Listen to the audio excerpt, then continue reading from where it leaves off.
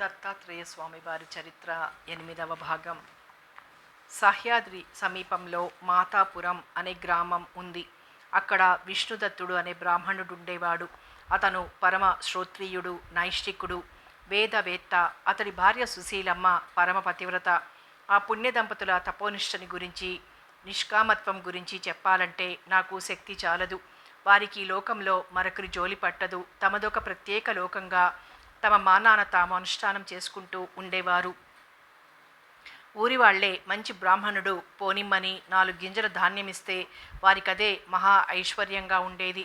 క్రమంగా ఊరివారు కూడా వారిని ఇంతకన్నా ఎక్కువగా పట్టించుకోవడం మానేశారు. వాళ్ళింటి ముందొక పెద్ద రావి చెట్టు ఉండేది. దాని మీద ఒక బ్రహ్మరాక్షసుడు నివసిస్తూ ఉండేవాడు. ఈ విష్ణుదత్తుడు రోజు వైశ్య దేవం చేసి భూతబలి కోసం వేసే మెతుకుల్ని వాడేరుకుంటూ తింటూ ఉండేవాడు. ఆ దంపతుల మీదికి పోవడానికి వాడికి గుండెక్కడా. వాడి మెతుకులు మెక్కి ఇతరులని పట్టుకొని పీడిస్తూ ఉండేవాడు. క్రమక్రమంగా వాడిలో తాను ఇతరుల్ని పీడించడం పాపమనే ఆలోచన బయలుదేరింది. వాడే ఆశ్చర్యపోయాడు. క్రమంగా వాడిలో మరింత సాత్వికత పెచ్చు పెరిగింది. దానికంతటికీ కారణం ఆ పుణ్యాత్ముడి వైశ్వదేవ బలులే అని వాడు గ్రహించాడు. సత్వవృద్ధి అయింది కదా. వాడిలో కృతజ్ఞతా బుద్ధి చిగురించింది. దాంతో ప్రత్యుపకార బుద్ధి గుబాళించింది. ఒకనాడు వాడు ధైర్యం చేసి చెట్టు కింద బలులు పెడుతున్న విష్ణుదత్తుడి ఎదుట నిజరూపంతో కనిపించాడు. వాడి వికృత భయంకర రూపాన్ని హఠాత్తుగా చూసి తత్తరపడ్డాడు ఆ బ్రాహ్మణుడు. వీడు భయం లేదని ధైర్యం చెప్పి తన కృతజ్ఞతను వెలిబుచ్చి ప్రత్యుపకారం చేద్దామని ఉందని, కనుక ఏం కావాలో కోరుకోమని చెప్పాడు. తనకు చేతనైనంత మృదువుగా చెప్పాడు. విష్ణుదత్తుడు విస్తుపోయాడు. ఆ పైన ఏం కావాలో చెప్పమంటాడు వీడు. ఏం చెప్పాలి? ఎంత ఆలోచించినా తనకు కావలసిందే కనిపించడం లేదా వెర్రి బాపనయ్యకు. వాడేమో వదిలిపెట్టడం లేదు. చివరికి ఆయన భార్యతో సంప్రదించాడు. ఆవిడకి ఏమీ పాలుపోలేదు మొదట్లో. ఆలోచించగా ఆవిడకు మాట తోచింది. మీరెప్పటి నుంచో దత్తాత్రేయ స్వామి వారి దర్శనమైతే బాగుంటుంది అనుకుంటున్నారు కదా. ఈ బ్రహ్మరాక్షసులకు చాలా శక్తులుంటాయి కదా. వీడు ఆయన్నేమైనా చూపిస్తాడేమో. ఆవిడ ఆలోచన ఆయనకి బాగా నచ్చింది. పోయి బ్రహ్మరాక్షసుడికి చెప్పాడు. వాడు ఉలిక్కి పడ్డాడు. ఎగిరి వెనక్కి గంతేశాడు. ఇదిగో బాపనయ్య, బుద్ధి పోనిచ్చుకున్నావు కాదు. ఆ పేరు వింటేనే మా గుండెలు పగిలి చస్తామయ్యా మేము. నేను నిన్న ఆయన దగ్గర తీసుకెళ్లాలా? ఇంతకన్నా అన్యాయం ఉందా అని వాడు అరిచి గద్దించాడు. అయ్యా, మీకు అతి మానుషమైన శక్తి కలవారు కదా అని మీకు అసాధ్యం ఉండదని అడిగాను. పోనీయండి, నాకేమీ అక్కర్లేదు. మీరు ఉపకారం చేసినట్లే భావిస్తాను. మీరేమీ మనసులో కొరత పెట్టుకోకండి. విష్ణుదత్తుడు నొచ్చుకున్నాడు. బ్రహ్మరాక్షసుడికి లోపలి సత్వగుణం వల్ల ఆడిన మాట తప్పబుద్ధి కావటం లేదు. ఈ సాహస కార్యం చెయ్యబుద్ధి కావటం లేదు. వాడు చాలా గుంజాటన పడి చివరికి తెగించి, బాపనోడా, నీ మెతుకులు తిని నీతోనే అబద్ధం ఆడబుద్ధి పుట్టటం లేదు. నువ్వేమో మరొకటి కోరని మంకుపట్టు పట్టావు. నీకైనా ఉండాలి, నాకైనా ఉండాలి. సరే, నువ్వు చెప్పినట్టే చేస్తాలే. కానైతే ఒక మాట, నువ్వు చెప్పావే, ఆయన ఒక పెద్ద యోగి, అంతకన్నా పెద్ద మాయలోడు. ఎప్పుడు చూసినా నమ్మటానికి వీలేని వేషాలు కడుతూ ఉంటాడు. కాని చోట్ల తిరుగుతూ ఉంటాడు. నేను వెతుక్కొచ్చి నిన్ను తీసుకెళ్లి దూరం నుంచి చూపిస్తా. వెనక ముందు చూడకుండా వెళ్ళి కాళ్ళు పట్టుకో. నేను మాత్రం దగ్గరికి రాను. అయినా నువ్వు మాత్రం ఆయన్ని పట్టుకోవచ్చావా? అయినా ఆ గోల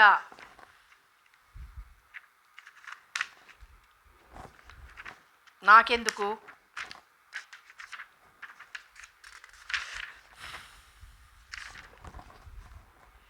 ఇదిగో ముందే చెబుతున్నాను, 3 సార్ల కంటే ఎక్కువ నీ కోసం తిరగను. ఆ పైన నీ ఇష్టం అని చెప్పి వెళ్ళిపోయాడు. ఆ తరువాత ఒకనాడు హడావిడిగా పరిగెత్తుకొచ్చి రా రా అని కంగారు పెట్టి విష్ణుదత్తుణ్ణి, పరమ నైష్ఠికుణ్ణి ఒక మాంసాలమ్మే అంగడికి తీసుకెళ్లాడు. అక్కడో పిచ్చివాడున్నాడు. వాడక్కడ మాంసం ముక్కలు అడుక్కు తింటూ తిరుగుతున్నాడు. ఆకారం బహుఘోరంగా ఉంది. మొహం మహాభయంకరంగా ఉంది. కళ్ళు పళ్ళెల్లాగా గుండ్రంగా ఉండటమే కాకుండా పైకి వెళ్ళుకొచ్చి చింతనిప్పుల్లాగా ఉన్నాయి. తెగ తాగినట్టున్నాడు. ఒంటి మీదంతా కళ్ళు నురుగు కారుతోంది. తూలుతూ పడుతూ లేస్తూ నడుస్తున్నాడు. వాడు కదిలితే ఈగలు గుయ్యిమంటూ ఎగిరిపడుతున్నాయి. ఆ ఎర్రటి కళ్ళు గిర్రును తిప్పుకుంటూ వాడు అటు ఇటు చూస్తుంటే ఎవడి గొంతు పిసికేసి చంపేద్దామా అని చూస్తున్నాడా అనిపిస్తోంది. ఈ బ్రహ్మరాక్షసుడు వాణ్ణి దూరం నుంచి చూపించి అదిగో ఆ ఏ జంకమాక పోయి కాళ్ళు పట్టుకో అంటూనే పారిపోయాడు. బ్రాహ్మణోత్తముడికి గొంతులో వెలక్కాయ పడ్డట్లయింది, గుండెల్లో కొండరాయి పడ్డట్లుంది. ముందు దుర్గంధం భరించడం ఎలా? చిచి, జన్మంతా పవిత్రంగా గడిపి చివరికి రాక్షసుడి స్నేహం వల్ల ఇలాంటి చోటు కంటితో చూడటమే కాక ఆ చోట కాలు కూడా పెట్టవలసి వచ్చిందా? పైగా ఈ అనాచారుడే దత్తాత్రేయ స్వామి అంటాడు రాక్షసుడు. రాక్షసుడి మాట సరసం కాదు కదా ఇది. అత్రికి అనసూయమ్మకు కడుపు పంటైన ఆ మహాస్వామి ఇలా ఉంటాడంటే నమ్మటం ఎలా? ఎంత అవధూతైనా దాని తుంపదెగా.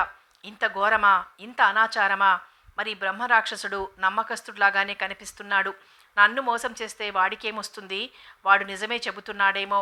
అయితే మాత్రం ఇంత శ్రోత్రియుణ్ణి ఈ పాడు అంగడి మధ్యలోకి వెళ్ళటం ఎట్లా? వెళ్ళి ఆ అనాచారుణ్ణి ముట్టుకోవటం ఎట్లా? ఎవరైనా తెలిసిన వాళ్ళు చూస్తే ఏమనుకుంటారు? మరిప్పుడు ఏం చెయ్యాలి? ఈ బ్రాహ్మణుడు ఇట్లా తటపటాయిస్తూనే ఉన్నాడు. ఆ పిచ్చివాడు అటు ఇటు తిరుగుతున్నట్లే ఉన్నాడు. ఇంతలోనే ఏమయ్యాడో మరి కనిపించలేదు. ఇంతలో ఎటు పోయే అవకాశం లేదు. ఏమయ్యాడబ్బా అని బ్రాహ్మణుడు అటు ఇటు చూస్తుండగా ఆ బ్రహ్మరాక్షసుడు దగ్గరకొచ్చి చిరుచిరులాడడం ప్రారంభించాడు. బాపనయ్యా, నేను ముందే చెప్పా, ఆ అయ్య పెద్ద మోసగాడు, మా చెడ్డ యాసగాడు. నువ్వు నన్ను నమ్మవని ముందే చెప్పానా? అలాగే చేశావు. చివరికి నడినెత్తిన శని కూర్చుంటే ఎవడేం చేస్తాడయ్యా? సరే, అయిందేదో అయింది.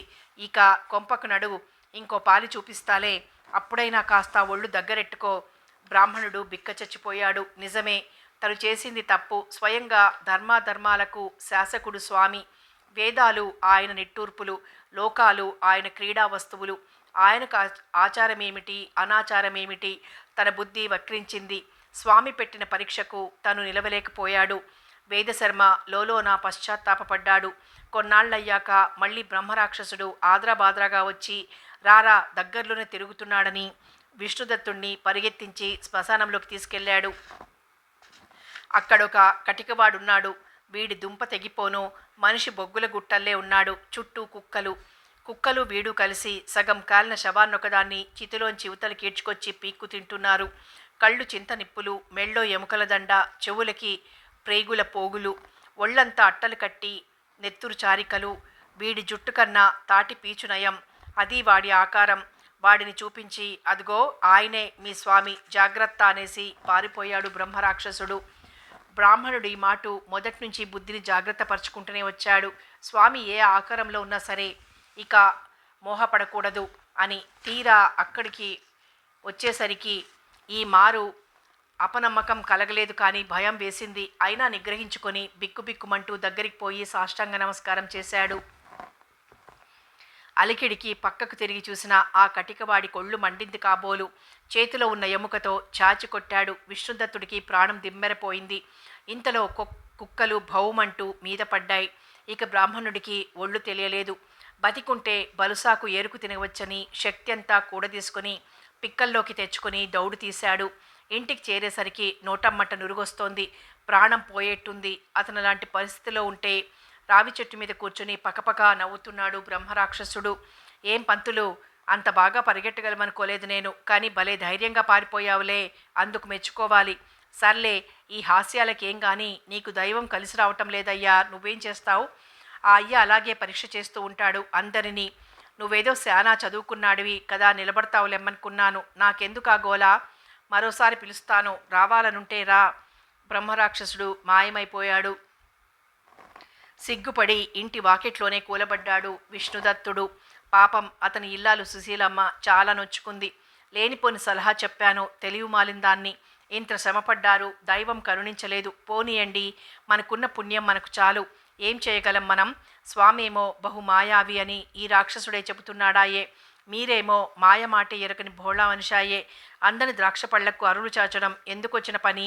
మీరింకా విశ్రాంతి తీసుకోండి అని ఆ తల్లి శైత్యోపచారాలను తీయని మాటలతో పాటు హృదయాహ్లాదంగా చేసింది. కానీ విష్ణుదత్తుడికి తన ఈ దౌర్భాగ్యపు శారీరక మోహం భరించరాని హృదయశల్యమైంది. చిచి, ఈ శరీరానికి ఏదో అపకారం అవుతుందని భయపడి పారిపోయిన నా జన్మం ఎందుకని అతను లోపల చాలా సిగ్గుపడ్డాడు. పైకి మాత్రం గంభీరంగా తన మామూలు అనుష్ఠానంలో పడిపోయాడు. ఒకనాడు బ్రహ్మరాక్షసుడొచ్చి పిలిచాడు. బ్రాహ్మణుడు వాడి కోసం రోజు ఎదురు చూస్తూనే ఉన్నాడు. ఈ మాట వాడంత హడావిడిగా రాలేదు. పాపనయ్యా, నా మాట ప్రకారం నేను 3వసారి తీసుకెళ్తున్నాను నిన్ను. తొందరగా నడిస్తే దొరుకుతాడు. ఇక నీకు నేను చెప్పవలసింది లేదు. 2 సార్లు అవకాశం పోగొట్టుకున్నావు కనుక ఈ మాట పరీక్షకై శృతిలోనే ఉంటుంది. అది మాత్రం గుర్తుంచుకో. ఆ పైన నీ కర్మ. బ్రహ్మరాక్షసుడి మాటలు పొడిపొడిగా ఉన్నాయి. వాడికి ఈయన నెగ్గుకొస్తాడని నమ్మకం లేదని స్పష్టంగా తెలుస్తోంది. విష్ణుదత్తుడికి తల కొట్టినట్లయింది. అతను అంతకు ముందు నుంచే నిశ్చయించుకొని దానిని మననం చేసుకుంటున్నాడు. నా వంటి పనికిమాలిన వాడి ఇంకొకడు ఉండడు. స్వామికే వంకలు పెట్టి అనాచారుడని నిందించిన నాకు సరితూగే మూర్ఖుడు ఇంకెక్కడ దొరుకుతాడు?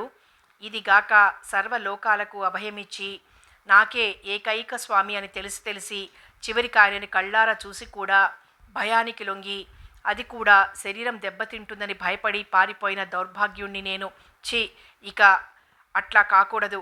ఇది నాకు చివరి పరీక్ష. స్వామి అనుగ్రహం పొందటమో, స్వామి పరీక్షలో నా శరీరం ముక్కలు ముక్కలై మట్టిలో కలవడమో 2 మార్గాలు. దీనికి తిరుగులేదు. ఆ నిశ్చయంతోనే బ్రాహ్మణుడు బ్రహ్మరాక్షసుడి వెంట పరిగెత్తాడు. ఈ మాట వాడి ఈయన్ని ఊరి వెలుపలి మాలపల్లిలోకి తీసుకెళ్లాడు. అక్కడ ఒకడు చచ్చిన గాడిదల మాంసం తీసి తోళ్లు సరిచేస్తున్నాడు. చుట్టూ కుక్కలు, ఒంటి నిండా ఇనప నగలు, నోటమ్మట పచ్చి బూతులు. ఇది అక్కడి కథ. వాడు మాంసం ముక్కలు తీసి కాకులకు, గద్దలకు, పక్కనున్న కుక్కలకు విసిరి వాటితో ఆటలాడుకుంటున్నాడు. బ్రహ్మరాక్షసుడు వాణ్ణి చూపించి అదిగో ఆయనే అనేసి పారిపోయాడు. విష్ణుదత్త సోమయాజి నిబ్బరంగా నిశ్చలంగా ముందుకు చూశాడు. అప్పుడు అతని మనసులో సందేహం లేసమైనా లేదు, అధైర్యం అణువంతైనా లేదు. అతను నిబ్బరంగా చరచరా నడిచి వాడిటి చూచే లోపలే పోయి సాగిలపడి 2 కాళ్ళు గట్టిగా పట్టుకొని దేవా శరణు అన్నాడు. ఆ కటికవాడు 2 కాళ్ళు చాచి బ్రాహ్మడి ఎదురుముఖం మీద తన్నాడు, తిట్టాడు, ఉమ్మేశాడు, వీపు చితికెట్టు బాదాడు, చంపేస్తానన్నాడు. ఎన్నో రకాలుగా హింసించాడు. ఎన్ని చేసినా విష్ణుదత్తుడు స్వామి పాదాలు మాత్రం విడిచిపెట్టలేదు. ఇద్దరిది చెరో పిచ్చి ధోరణిగానూ ఉంది. కటికవాడు వాడి ధోరణిలో ఇతని ఒళ్లంతా చితక పొడుస్తున్నాడు. వాడెన్ని చేసినా ఇతనిదొకటే పాట, దేవా శరణు. ఇలా చాలాసేపు గడిచింది. కళ్ళు గట్టిగా మూసుకొని కాళ్ళు అంతకన్నా గట్టిగా పట్టుకొని 2వ మాట రాని వాడిలాగా దేవా శరణు అంటున్న విష్ణుదత్తుడికి, నీకు నాతో ఏం పనయ్యా? 3 సార్లు నా చుట్టూ తిరిగావు అన్న మాటలు హఠాత్తుగా వినిపించాయి. ఆ మాటల్లో తీయదనానికి ఉలిక్కిపడ్డాడు బ్రాహ్మణుడు. కేవలం తీయదనం కాదు, అమృతం ఉందా మాటల్లో. స్వామి కాళ్ళు విడవకుండానే తల పైకెత్తి కళ్ళు తెరిచి చూశాడు విష్ణుదత్తుడు. ఎదురుగా కాషాయాంబర మనోహరుడైన స్వామి. పెదవుల మీద వెన్నెల, వెన్నెలను మించిన వెన్నెల, చిరునవ్వుల వెన్నెల, నెరికరుణల వెన్నెల, అచ్చపు ప్రేమల వెన్నెల, ఆనందం రూపెత్తిన వెన్నెల కళకళలాడుతోంది. స్వామి దర్భాసనం మీద భద్రాసనంలో పరమ ప్రశాంతంగా శుచిగా కూర్చుని ఉన్నాడు.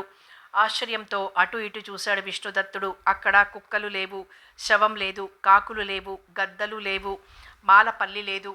మనోహరమైన తపోవనం ఉంది. అద్భుతమైన ప్రశాంతి ఉంది. అనంతమైన కాంతి ఉంది. దివ్యమైన ఆనందం ఉంది. అనిర్వాచ్యుడైన స్వామి ఉన్నాడు. విష్ణుదత్తుడికి హృదయం భరించలేనంత ఆనందం కలిగింది. అతడు అప్రయత్నంగా లేచి స్వామికి 3 మారు ప్రదక్షిణం చేశాడు. ఆపుదామన్నా ఆగకుండా అతని నోటి వెంట గంగా ప్రవాహంలా చతుర్వేద మంత్రాలు వెలువడి స్వామిని స్తుతించాయి. ఆ ఆనందంలో ఏమి చేస్తున్నాడో తనకే తెలియదు విష్ణుదత్తుడికి. కళ్ళ వెంబడి ఆనందాశ్రువులు ధారలు కడుతూ ఉండగా మళ్ళీ మళ్ళీ నమస్కరిస్తున్నాడు, ప్రదక్షిస్తున్నాడు, స్తుతిస్తున్నాడు, స్వామిని స్పృశిస్తున్నాడు. ఏదో మాట్లాడుతున్నాడు. స్వామి ధన్యుడినయ్యా అంటున్నాడు. స్వామి నీ పాదాలు నాకు దక్కినాయంటున్నాడు. నువ్వు కనిపిస్తే ధన్యుడు కానివాడు ఎవడు అంటున్నాడు. నా వంశమే ధన్యమైంది అంటున్నాడు. స్వామి నిన్ను నిజంగా చూస్తున్నానా అంటున్నాడు. స్వామి ఎంత కరుణ నీది అంటున్నాడు. ఒక మాట కాదు, అదొక ధోరణి, అదొక పిచ్చి. ఆ పిచ్చి పట్టిన వాళ్ళు అదృష్టవంతులు. విష్ణుదత్తుడు అదృష్టవంతుల్లోకెల్లా అదృష్టవంతుడు. స్వామి మెల్లమెల్లగా విష్ణుదత్తుడిని శాంతపరిచాడు. స్వామి కూడా ఆ భక్తుడిని చూసి పరమానందంగా ఉన్నాడు. ఆయన మెల్లగా విష్ణుదత్తుడిని చేరదీసి, విప్రోత్తమా నీకేం కావాలో కోరుకో అన్నాడు. ఊహించని చిక్కు వచ్చి పడింది పిచ్చి బ్రాహ్మడికి. పూర్వం ఒకసారి ఇలాంటి చిక్కే వస్తే భార్యాభర్తలిద్దరూ ఆలోచించి ఎలాగోలా ఒక కోరికను వెతుక్కురాగలిగారు. ఇప్పుడు మళ్ళీ తెమ్మంటే ఎక్కడి నుంచి తేవాలి కోరికల్ని? అది ఆ పేద బ్రాహ్మడి చిక్కు. ఇప్పుడు మళ్ళీ భార్యని అడుగుదామన్నా అదేం లాభం లేదు. ఆవిడ మాత్రం ఏం చెప్పగలుగుతుంది? ఆలోచించి చెప్పవలసిందేదో ఇదివరకే చెప్పేసింది. ఎదురుగా స్వామి ఉన్నాడు. ఆలస్యం చేస్తే అపరాధం అవుతుంది. వద్దంటే అదేం అపరాధం అవుతుందో? ఏం చెయ్యాలిప్పుడు?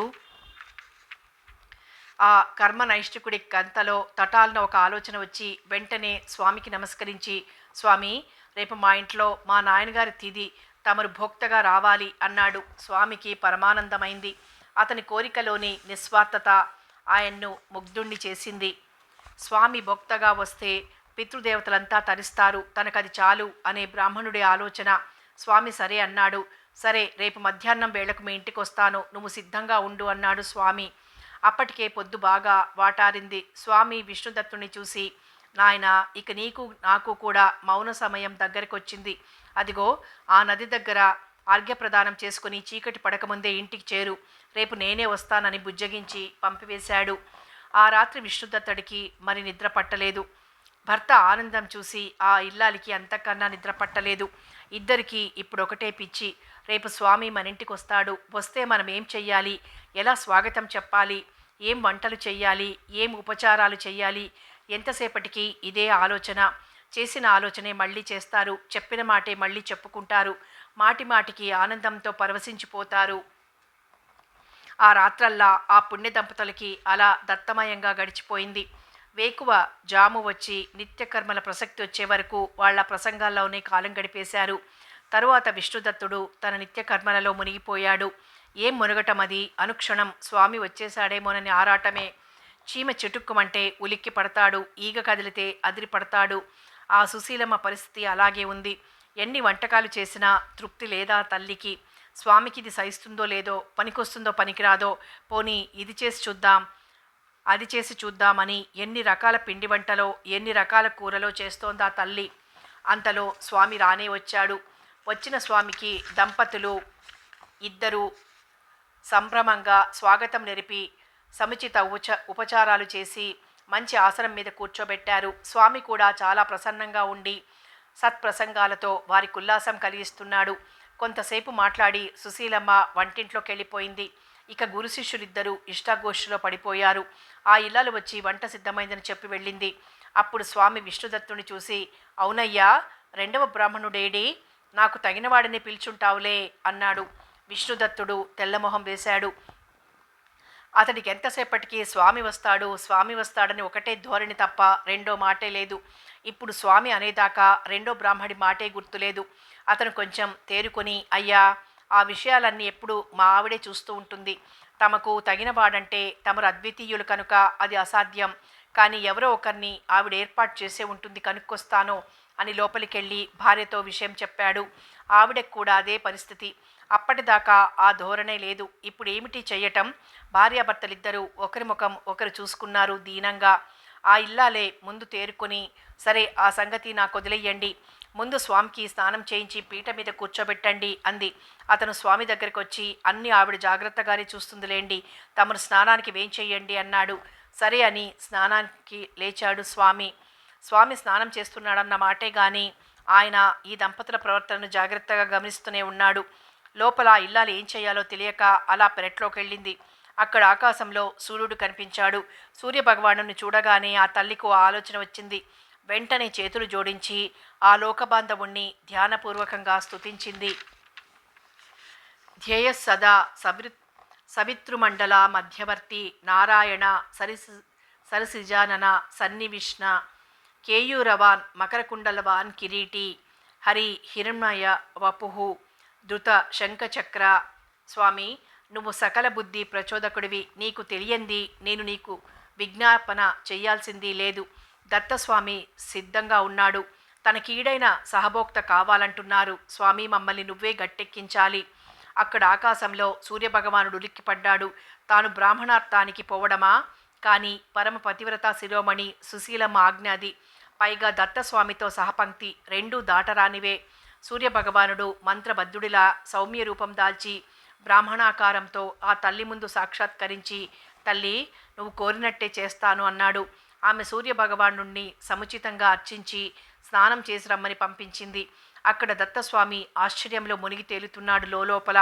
రెండవ బ్రాహ్మణుడు సకాలానికి అందుకున్నాడని సంతోషిస్తున్నాడు విష్ణుదత్తుడు. స్వామి, రెండవ బ్రాహ్మడు వచ్చేశాడన్నాడు సంతోషంగా.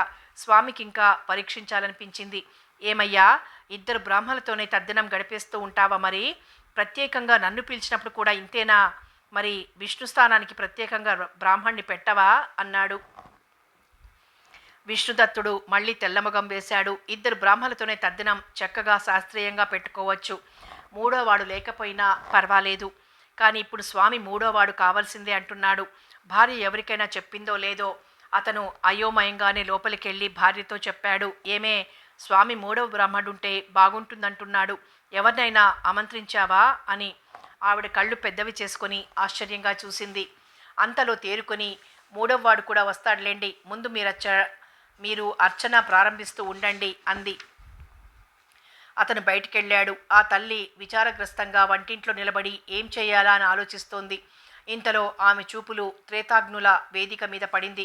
ఆమెకు కొండంత ధైర్యం వచ్చినట్లయింది. నమస్తే గార్హపత్యాయ, నమస్తే దక్షిణాగ్నయే, నమ అహవనీయాయ, త్రయీ వేద్యైన్యమో నమో నమః అని చేతులు జోడించి అగ్నిదేవుణ్ణి ధ్యానించి ఇలా ప్రార్థించింది. అయ్యా, నువ్వు గృహపతివి, నువ్వు మాకు నిత్యార్చుతుడివి, మాకు బంధువువి.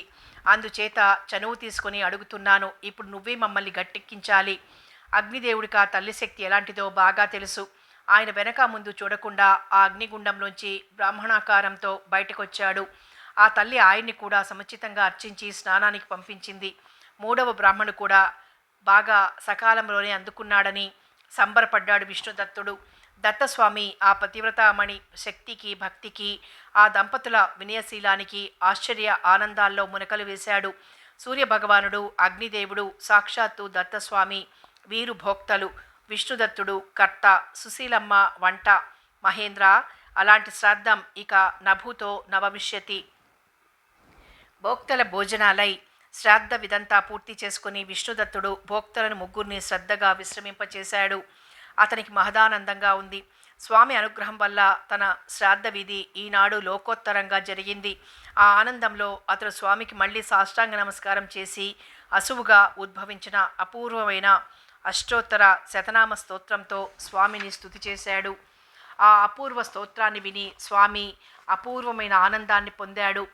ఆయన ఇలా అన్నాడు. విష్ణుదత్త, నువ్వు బ్రాహ్మణోత్తవుడివి, భక్తిభావ పరముడివి. నీ నోటి నుంచి అపూర్వమైన అష్టోత్తర శతనామ స్తోత్రం ఇప్పుడు వెలువడింది.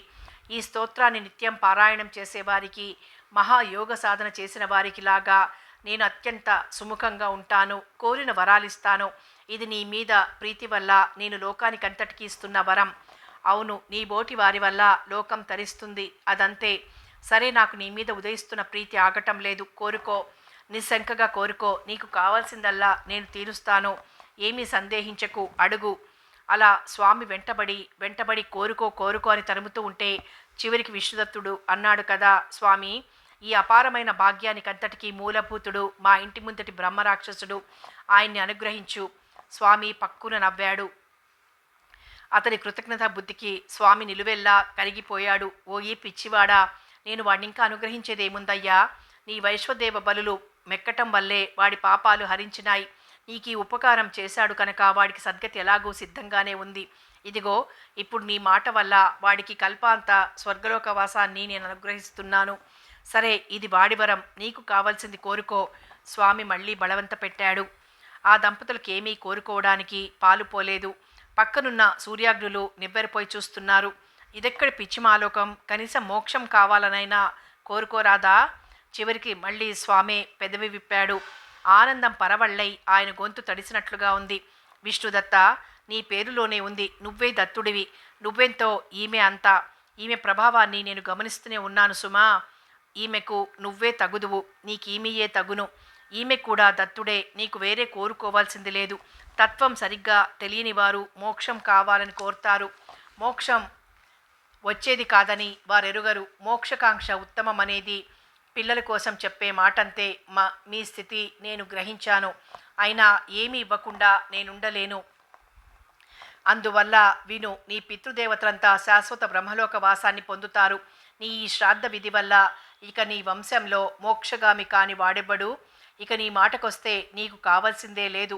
నువ్వు మోక్ష కామాన్ని కూడా జయించిన వాడివి. కేవలం నిష్కామంగా కర్మ చేయటం నేర్చిన వాడివి. నిజానికి నీకేమీ ఇవ్వవలసిన పనే లేదు. కానీ నాకు నీతో పని ఉంది విష్ణుదత్త. నా పని కొంత నువ్వు చేసిపెట్టు. నీకు ఒక మంత్రం ఇస్తాను. అది అనుష్ఠిస్తే ఆయువు, ఆరోగ్యం, ధనం, ధాన్యం, శక్తి, రాజ్యం ఒకటేమిటి, ఏది కావాలంటే అది వస్తుంది. నీకు రావటమే కాదు, ఎవరికి ఏది అనుగ్రహించాలనుకుంటే అది అనుగ్రహించవచ్చు. ఈ మంత్రబలం వల్ల నువ్వు దీన్ని బాగా అనుష్ఠించి దీనివల్ల సత్పురుషులకు నా బదులుగా ఉపకారం చేస్తూ ఉండు అని చెప్పి స్వామి విష్ణుదత్తుడికి మంత్రోపదేశం చేసి తన 2 చేతులని ఆ దంపతులిద్దరి శిరస్సుల మీద ఉంచారు. అంతే, వారికి ఒళ్ళు తెలియలేదు. స్వామి అంతర్ధానమయ్యాడు. కొంతసేపటికి వాళ్ళిద్దరికీ బాహ్య స్మృతి వచ్చింది. వారికిప్పుడు స్వామి వెళ్ళిపోయాడన్న భావన లేదు. అందువల్ల దుఃఖమూ లేదు. వారిద్దరి ఔన్నత్యాన్ని చూస్తున్న సూర్యాగ్నులిద్దరికీ మతిపోయినంత పనైంది. దంపతులిద్దరినీ అనేక విధాలుగా మెచ్చుకొని వారంతట వారే వరాలిచ్చారు. ఆకాశ గమనాన్ని, స్వచ్ఛంద గమనాన్ని తలుచుకున్నప్పుడల్లా వచ్చి సాక్షాత్కరించడాన్ని అనుగ్రహించాడు సూర్యుడు. అనుపమానమైన తేజస్సుని, సత్య సంస్థితిని, సుఖకరత్వాన్ని అనుగ్రహించి మీరు స్మరిస్తే చాలు వచ్చి కావాల్సినవి తీర్చిపెడతానని అనుగ్రహించాడు అగ్నిదేవుడు. వారిద్దరూ స్వస్థానానికి వెళ్ళిపోయారు. అంతలో దివ్య విమానంలో కూర్చుని దివ్యాకారంతో దివ్య లోకాలకు ప్రయాణమైన అపూర్వ బ్రహ్మరాక్షసుడొచ్చి సెలవు తీసుకుని వెళ్ళాడు. విన్నావా మహేంద్ర? విష్ణుదత్తుడు నిష్కామ నిత్య స్వకర్మానుష్ఠానం వల్ల అంత లోకోత్తరమైన సిద్ధిని ఈ జన్మలోనే పొందాడు. కనుక దేవేంద్ర, జాగ్రత్తగా చూడు. నువ్వు ఏ సాంప్రదాయాన్ని, ఏ శాస్త్రాన్ని అనుసరించావనేది కాదు ప్రధానం. నీ స్వకర్మను నీవాచరించు. ఆచరించేటప్పుడు సుష్టుగా చెయ్యి, ఖచ్చితంగా చెయ్యి, లోటు లేకుండా చెయ్యి, లొగ్గిడి కాకుండా చెయ్యి, అన్నిటినీ మించి నిష్కామంగా చెయ్యి. అలా చేస్తే నీ స్వధర్మమే నిన్ను ఉచ్చస్థితికి తీసుకెళ్తుంది. మరి ఈ విష్ణుదత్తుడు చూడు, అతడేమీ లోకోత్తరమైన పనులు చెయ్యలేదు. బావులు, చెరువులు తవ్వించలేదు. గుళ్ళు, గోపురాలు కట్టించలేదు. యజ్ఞ యాగాదులు నిరంతరంగా చెయ్యలేదు. మరి ఇంతటి శక్తి ఎలా వచ్చింది? అతని సద్బుద్ధి వల్ల వచ్చింది. అతని రుజుత్వం వల్ల వచ్చింది. అతని సత్య అహింసల వల్ల, అతని శౌచ బ్రహ్మచర్యాదుల వల్ల వచ్చింది. అన్నింటినీ మించి అతని తృప్తి వల్ల, నిష్కామత్వం వల్ల వచ్చింది. అతని భార్య సుశీలమ్మ విషయంలో కూడా ఇది అంతే. అందువల్లే ఆ పుణ్య దంపతుల కథ పరమ పావనమైంది. అంతవరకు చెప్పి విష్ణుదత్త స్మరణం వల్ల కలిగిన ఆనంద పారవస్యంతో మౌనంగా ఉండిపోయిన బృహస్పతిని చూసి ఇంద్రుడు, గురుదేవా, పుణ్యాస్పదమైన కథ విన్నాను. అయితే మీరు సప్తోదాహరణి అనే పేరుతో 7 కథలు చెబుతానన్నారు. ఇప్పటికి 4 అయ్యాయి. మీరు అప్పుడే మౌనం వహించారు. ఆ పై కథలేమిటి? అదీగాక పవిత్రమైన విష్ణుదత్త చరిత్ర విన్నాక ఆ తర్వాత ఆయన ఏం చేశాడో కూడా తెలుసుకోవాలని ఉంది. అనుగ్రహించి ఆ 2 కూడా చెప్పండి అని అడిగాడు. ఇంద్రుడి శ్రద్ధకు సంతోషించిన బృహస్పతి ఇలా ఉపక్రమించాడు. మహేంద్ర, నువ్వు సిద్ధ సంకల్పుడివి. ఇకపైన చెప్పవలసిన 3 కథలు విష్ణుదత్తుడికి సంబంధించినవే. కనుక నీ 2 కోరికలు ఏకకాలంలోనే తీరుతాయి.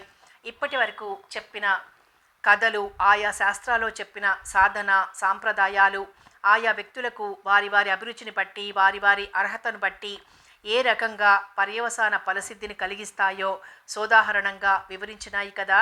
అయితే ఆచరించుకునే వారిలో ఉండవలసిన సత్య, అహింస, ఆర్జనాది మౌలిక ధర్మాలు ఎప్పుడూ ఉండాల్సిందే. అయితే నిత్య వ్యవహారంలో జనుల ప్రవృత్తులు మనం అనుకున్నంత సాఫీగా ఉండవు, బహు జటిలంగా ఉంటాయి. వారి ఆశలు తరచుగా పరస్పర విరుద్ధంగా ఉంటుంటాయి. అలాంటప్పుడు వారిని తత్వం వైపు మళ్లించడానికి చాలా చాకచక్యాన్ని అవలంబించవలసి ఉంటుంది. ఆ చాకచక్యాన్ని సరిగ్గా అర్థం చేసుకోకపోతే శాస్త్రాలన్నీ విపరీతార్థంగా కనిపిస్తాయి. ఉదాహరణకు చూడు, ఆయుర్వేద శాస్త్రం శరీరాన్ని పుష్టిగా ఉంచుకొని సుఖించే మార్గాన్ని చెబుతుంది. స్వర్గాది పరలోక సుఖాలను విస్తారంగా పొందే విధానాన్ని ధర్మశాస్త్రం చెబుతుందని, శత్రువులను, స్త్రీలను, రాజులను, అధికారులను వశం చేసుకోవటం మొదలైన వాటిని మంత్రతంత్ర శాస్త్రాలు చెబుతాయని, మీమాంసాది శాస్త్రాలు కూడా ఆయా క్రతువుల ద్వారా ఆయా ఐహిక, ఆముష్మిక ఫలాన్ని రెంటినీ సాధించే మార్గాన్ని ఉపదేశిస్తాయని, అజ్ఞాన మోహితాలైన వారు అనుకుంటూ ఉంటారు. నిజమేమిటంటే అవి విషయాసక్తులైన వారిని అలాంటి సుఖ సంపాదక మార్గాలను ఉపదేశించటం ద్వారా ఆకర్షించి మెల్లమెల్లగా తత్వాభిముఖుల్ని చేస్తాయి.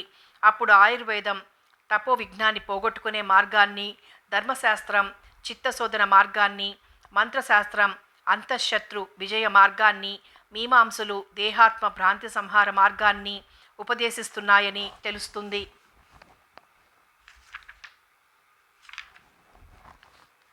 ఇది ఆయా శాస్త్రాలు ఆయా వ్యక్తుల్ని ఆకర్షించి తత్వాభిముఖుల్ని చేసే పన్నాగం అని గ్రహించు. ఎందుకంటే ఆయా కోరికలతోనే ఆయా రోగాది బాధలతోనూ సతమతమయ్యే సామాన్య మానవులకు నువ్వు సరాసరి తత్వమని వ్యాఖ్యాత్యం ఉపదేశిస్తానంటే వారు వినరు. విన్నా తలకెక్కదు. ముందర వారి బాధలు తగ్గాలి. నువ్వు ముందు వారి బాధల్ని తగ్గించి చూపించు. అప్పుడు నీ మీద నమ్మకం కుదురుతుంది, భక్తి నిలుస్తుంది, శ్రద్ధ కలుగుతుంది. అప్పుడు నువ్వు చెప్పింది వింటారు. నేను చెప్పబోయే పై 3 కథలు ఈ విషయాన్నే సోదాహరణంగా వివరిస్తాయి. విష్ణుదత్తుడి విషయం కూడా వాటిల్లో ఉంటుంది. మరో భాగంలో మరిన్ని కథలు తెలుసుకుందాం.